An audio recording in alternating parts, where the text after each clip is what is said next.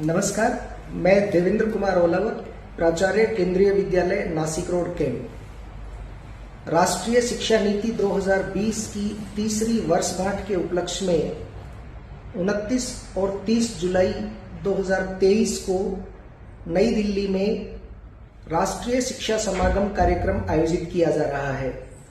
इसके अंतर्गत मैं राष्ट्रीय शिक्षा नीति 2020 जो 29 जुलाई 2020 से लागू हुई के अंतर्गत केंद्रीय विद्यालय संगठन में आए बदलाव और केंद्रीय विद्यालय संगठन के द्वारा प्राप्त की गई उपलब्धियों की एक वानगी आपके सम्मुख रखना चाहता हूं। सर्वप्रथम केंद्रीय विद्यालय संगठन में राष्ट्रीय शिक्षा नीति 2020 लागू होने के पश्चात कक्षा 1 में प्रवेश की आयु को पुनर्संरचना करते हुए 5 वर्ष के स्थान पर 6 वर्ष किया गया।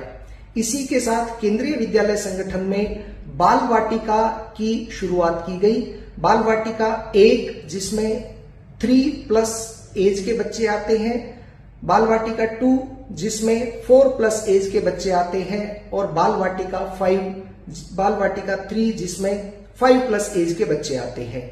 ये बाल वाटिका कक्षाएं भी केंद्रीय विद्यालय संगठन में गत वर्ष से संचालित की गई हैं। गत वर्ष 49 केंद्रीय विद्यालयों में बाल वाटिका 1, 2 एवं 3 कक्षाएं जारी की गई हैं।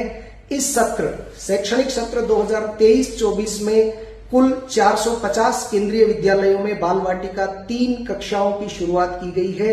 इस प्रकार कुल 500 केंद्रीय विद्यालयों में बाल वाटिका प्रारंभ हो चुकी है।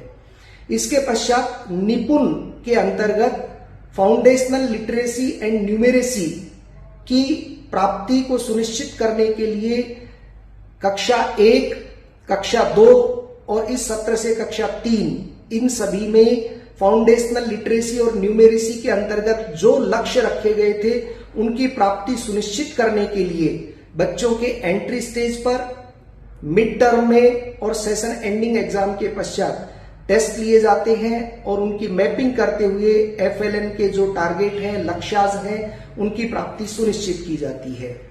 इनके साथ शिक्षकों के शैक्षणिक कौशल में और उनकी दक्षता के लिए निष्ठा के ऊपर उनकी ट्रेनिंग उपलब्ध करवाई गई है। प्राथमिक शिक्षक, माध्यमिक शिक्षक एवं उच्च माध्यमिक स्तर पर सभी शिक्षकों के द्वारा और विद्यालय के प्राचार्यों के द्वारा निष्ठा के अंतर्गत ट्रेनिंग प्राप्त की गई है। कौशल शिक्षा को बढ़ावा देते हुए कक्षा 6, 7, 8 इनमें बढ़ईगिरी, कलश निर्माण आदि अनेक तरह की कौशल निर्माण शिक्षाएं केंद्रीय विद्यालय संगठन में प्रारंभ की गई है। कक्षा 8 एवं ऊपर की कक्षाओं में आर्टिफिशियल इंटेलिजेंस को भी लागू किया गया है। इसके अतिरिक्त विद्या प्रवेश के बारे में मैं जानकारी देना चाहूंगा। कक्षा 1 में जब विद्यार्थियों का प्रवेश होता है उसके पश्चात 12 सप्ताह का एक कार्यक्रम आयोजित किया जाता है जिसे विद्या प्रवेश की संज्ञा दी गई है। विद्या प्रवेश के अंतर्गत 12 सप्ताह तक विद्यार्थी के लिए विद्यालय की कालावधि कुछ कम होती है और इसके अंतर्गत विशेष एक जो मॉड्यूल तैयार किया गया है उसके अंतर्गत विद्यार्थियों को शिक्षा प्राप्त करवाई जाती है एवं विद्यालय के लिए उसको पूरी तरह तैयार किया जाता है।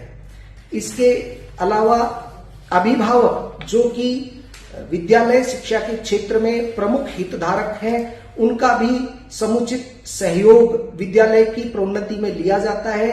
इसके अंतर्गत PTA पंजीकृत होते हैं, PTA की बैठक होती है और लगभग हर माह PTM भी विद्यालयों में आयोजित करवाई जाती है। इनके उपरांत विद्यांजलि पोर्टल एक लॉन्च किया गया है जिसके अंतर्गत समाज के प्रत्येक वर्ग के जो भी व्यक्ति हैं वो शिक्षा के क्षेत्र में जो भी दान आदि देना चाहते हैं या जो सहयोग करना चाहते हैं वहां जाकर के वो विद्यालयों की उन्नति के लिए अपना सहयोग प्रदान करते हैं। विद्यांजलि पोर्टल पर कुल 1250 केंद्रीय विद्यालय पंजीकृत हैं।